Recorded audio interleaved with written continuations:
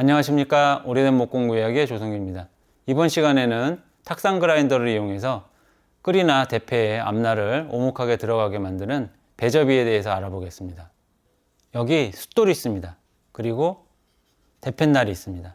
대패날은 제가 모형으로 만든 것인데 좀 어설프긴 해도 여러분이 이해하시기에는 좀 편할 것 같습니다. 그래서 보시면 앞날이 평평하고 뒷날도 평평하게 연마를 해놨습니다.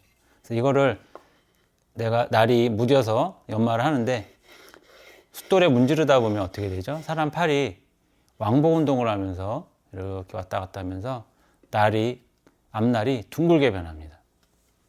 이렇게 둥글게 변합니다. 옆에서 보면 더 확실하게 보이죠? 자, 이렇게 둥근 날을 평평하게 만들어줘야 되는데 숫돌에서 계속 문지르면 평평해질 것 같지만 사실은 더 둥글게 변합니다. 왜냐하면 이 앞날이 닿는 부분이 딱 한 군데밖에 없습니다. 한 줄. 그 한 줄이 숫돌에 닿아서 계속해서 그 각을 유지하면서 연마를 해야 되는데 그렇게 연마하기가 쉽지가 않죠. 그러다 보면 이렇게 앞으로도 가고 뒤로도 가고 앞으로도 가고 뒤로도 가고 그러다 보면 계속해서 둥그레질 수밖에 없습니다. 그러면 답은 하나죠. 어떻게 해요? 앞날을 이렇게 옆에서 보면 마치 불도저 그 삽처럼 이렇게 둥글게 만들어 놨습니다. 그러면 이 상태에서 숫돌에 닿았다. 그러면 앞날하고 요 뒷부분만 숫돌에 닿기 때문에 연마하면 이 앞쪽이 금방 평평해지는 것입니다. 우리한테 필요한 거는 이 앞날의 중간도 아니고 뒤쪽도 아니고 날 앞쪽만 필요하기 때문에 앞쪽만 잘 닿으면 사실은 모든 게 다 끝납니다. 그래서 이렇게 파내는 작업을 우리가 배접이라고 합니다. 배접이. 배를 접는다 해서 배접이라고 합니다. 보이시죠? 이렇게 둥글게 파내는 겁니다. 둥글게 파낸 상태에서 숫돌에 닿으면 닿는 부분이 이 부분하고 이 부분만 닿는 거예요. 그래서 숫돌에 문지르면 날 끝이 금방 날이 서게 됩니다. 그리고 날 끝이 깨지면 날 끝이 이렇게 뭉뚱하게 만들어서 다시 연마를 해서 날 끝을 뾰족하게 만들어서 쓰는 경우가 이제 종종 발생을 하는데 그런 경우에도 이렇게 많은 양을 숫돌에다 연마를 해서 쓰기에는 힘이 많이 듭니다. 그럴 때는 어떻게 하냐면 아까처럼 배접이를 해서 쓰시면 되겠습니다. 그러면 배접이는 무엇으로 하느냐? 바로 이 탁상 그라인더로 합니다.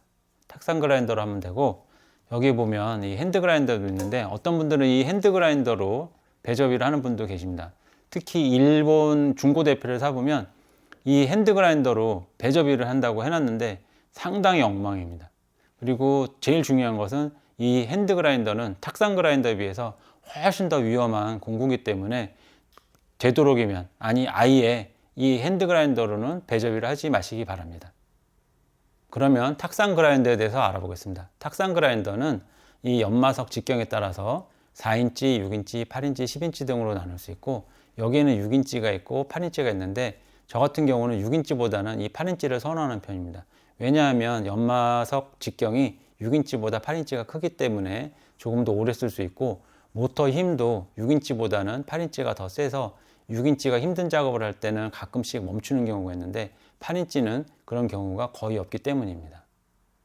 연마석에 대해서 알아보겠습니다. 제가 연마석 전문가가 아니라서 정확하지 않을 수 있는데 아는 대로 말씀드려 보겠습니다. 여기 주황색과 하얀색 연마석은 화이트 알루미나라는 연마제로 만든 WA 계열 연마석입니다. 이 연마석들의 특징은 연마 입자가 빨리 떨어져 나간다는 것입니다. 그래서 날붙이에 열을 전달할 수 있는 시간이 적기 때문에 날붙이가 열을 먹어서 못 쓰게 되는 경우가 적다는 것입니다.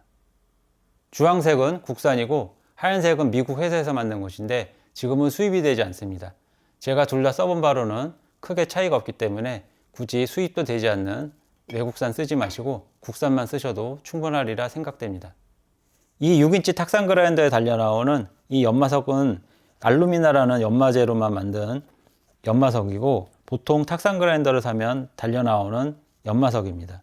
그래서 이 연마석 같은 경우는 상당히 단단해서 연마 입자가 쉽게 떨어져 나가질 않기 때문에 날붙이에 열을 많이 전달을 합니다. 그래서 날붙이가 쉽게 타고 못 쓰게 되는 경우가 많아서 저희는 이거를 떼어버리고 이쪽에 있는 이런 화이트 알루미나로 만든 연마석을 사서 따로 부착해서 사용하는 편입니다. 탁상 그라인더를 쓰면서 가장 중요한 것은 안전입니다. 그 중에서도 바로 이 눈입니다. 저처럼 안경을 쓰는 분들은 안경만 써도 상관이 없지만 안경을 안 쓰시는 분들은 이 보안경을 반드시 착용하고 작업을 해 주시기 바랍니다. 안경이나 보안경을 쓰지 않고 작업을 하다가 이 연마제 입자가 튀어서 눈에 들어가는 경우에는 상당히 위험합니다. 그래서 보안경을 잊지 말고 꼭 착용해 주시기 바랍니다. 그리고 탁상 그라인더를 쓰면서 중요한 것이 또 있습니다. 바로 이 휠 드레서를 잘 쓰셔야 된다는 겁니다. 여기 보시면 연마석 위에 거뭇거뭇하게 쇳대가 껴 있습니다. 이 쇳대 때문에 날붙이가 미끄러지면서 열을 먹고 연상은 잘 안 되는 경우가 있습니다. 그때 이 휠 드레서로 연마석을 깨끗하게 잘 다듬어 주셔야 열도 안 먹고 연삭이 잘 됩니다. 휠 드레서는 카우보이 장화 뒤축에 달려있는 박차같이 생긴 이런 부속으로 만든 휠 드레서가 있고, 이것처럼 공업용 다이아몬드로 만든 휠 드레서가 있습니다. 사용 방법은 연마석이 돌고 있을 때 휠 드레서를 갖다 대면 연마석이 정리가 되는 것입니다. 이것도 마찬가지로 연마석이 돌고 있을 때 갖다 대면 연마석이 정리가 되는 겁니다. 그러면 배접이를 한번 해보겠습니다. 탁상 그라인더 작업을 할 때는 연마석 가운데 내 몸을 두는 게 아니라 살짝 왼쪽으로 비켜 서거나 오른쪽으로 이렇게 비켜 서서 작업을 하셔야 연마석이 깨지더라도 나한테 직접적으로 튀어나오는 위험을 막을 수가 있습니다. 저는 배접이를 할 때 아무 도구도 쓰지 않고 손으로만 배접이를 하는데, 여러분께서는 탁상 그라인더에 기본적으로 달려 나오는 이런 보조 도구를 이용하거나 아니면 판매하는 이런 제품을 사서 고정을 해서 각을 맞춰서 사용하셔도 상관없습니다. 이런 보조 도구를 쓸 때는 이 부분이 짧으니까 폭이 좁은 끌을 쓸 때는 괜찮은데, 폭이 넓은 대펜날 같은 경우는 이게 왔다 갔다 하면서 이렇게 떨어질 염려가 있습니다. 그래서 이런 나무를 덧대서 보조로 쓰시면 되는데, 저 같은 경우는 이게 불편해서 아예 이것조차도 떼어버리고 맨손으로만 합니다. 우선은 휠 드레서로 연마석 표면을 정리하고 하겠습니다. 그리고 전원을 켜고 바로 사용하는 것이 아니라 제 속도가 올라왔을 때 그때 사용해야 안전합니다. 한번 해보겠습니다. 한쪽으로 비껴서서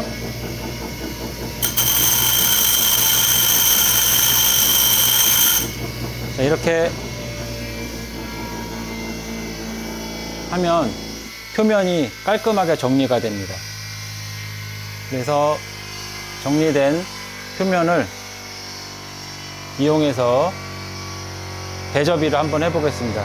사실은 이 끌은 배접이를 할 필요는 없습니다만 이 끌로 배접이를 한번 해보겠습니다. 자, 지금 보시면 아까보다 훨씬 더 표면이 깨끗해졌죠. 저 같은 경우 배접이를 할 때 왼손 네 손가락은 그라인더 옆면에 갖다 붙이고 엄지손가락은 뒷날에 갖다 댑니다. 그 다음에 오른손 다섯 손가락은 이렇게 가볍게 쥐고 각도를 유지하면서 그라인더를 하게 됩니다.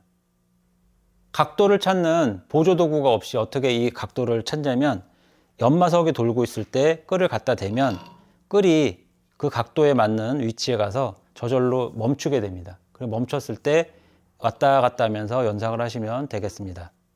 그리고 엄지손가락으로 뒷날을 세게 누르면 안 됩니다. 세게 누르면 아무래도 압력이 가해져서 날끝이 쉽게 탑니다.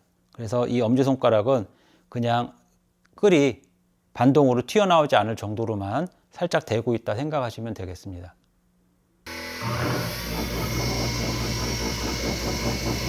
힘 빼고 갔다 갔다.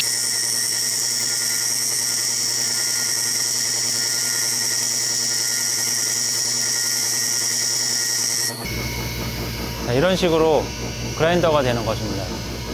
자, 다른 끌로 한번 해보겠습니다. 왼손 네 손가락은 옆면에 대고 엄지손가락은 뒷날에 대고, 그 다음에 오른손은 끌을 전체를 붙잡고 왔다 갔다 왔다 갔다 왔다 갔다 왔다 갔다 하시면 되겠습니다. 끌을 연마석에 갖다 대고 살짝 내리면 그 각도를 찾아서 위치가 고정이 됩니다. 그러면 그때 왔다 갔다 하면서 연상을 하시면 되겠습니다. 자기 자리 찾아가고 왔다 갔다 왔다 갔다.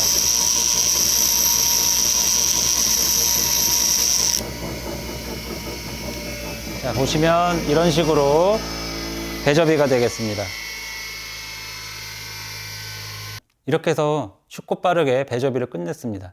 저는 이 앞날 각도가 25도일지, 30도일지, 22도일지, 27도일지, 26도일지 그건 저도 잘 모르겠습니다. 만약에 그런 각도가 중요한 분들은 이런 보조 도구를 사서 쓰시면 되겠습니다. 보조 도구를 사서 이렇게 놓고 쓰시면 되는데, 이 보조 도구들은 이런 서양 끌에는 아주 최적화가 되어 있는데 이런 일본 끌에는 잘 맞지가 않습니다. 서양 끌은 이게 길잖아요.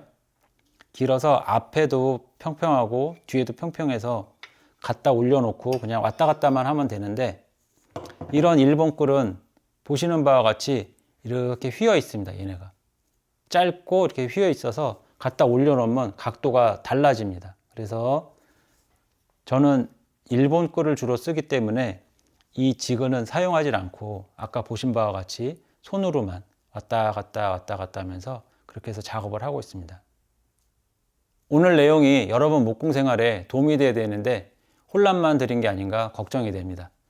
혹시 궁금한 사항이나 다른 의견이 있으시면 댓글로 남겨주시면 성심성의껏 답변 드리도록 하겠습니다. 시청해 주셔서 감사합니다.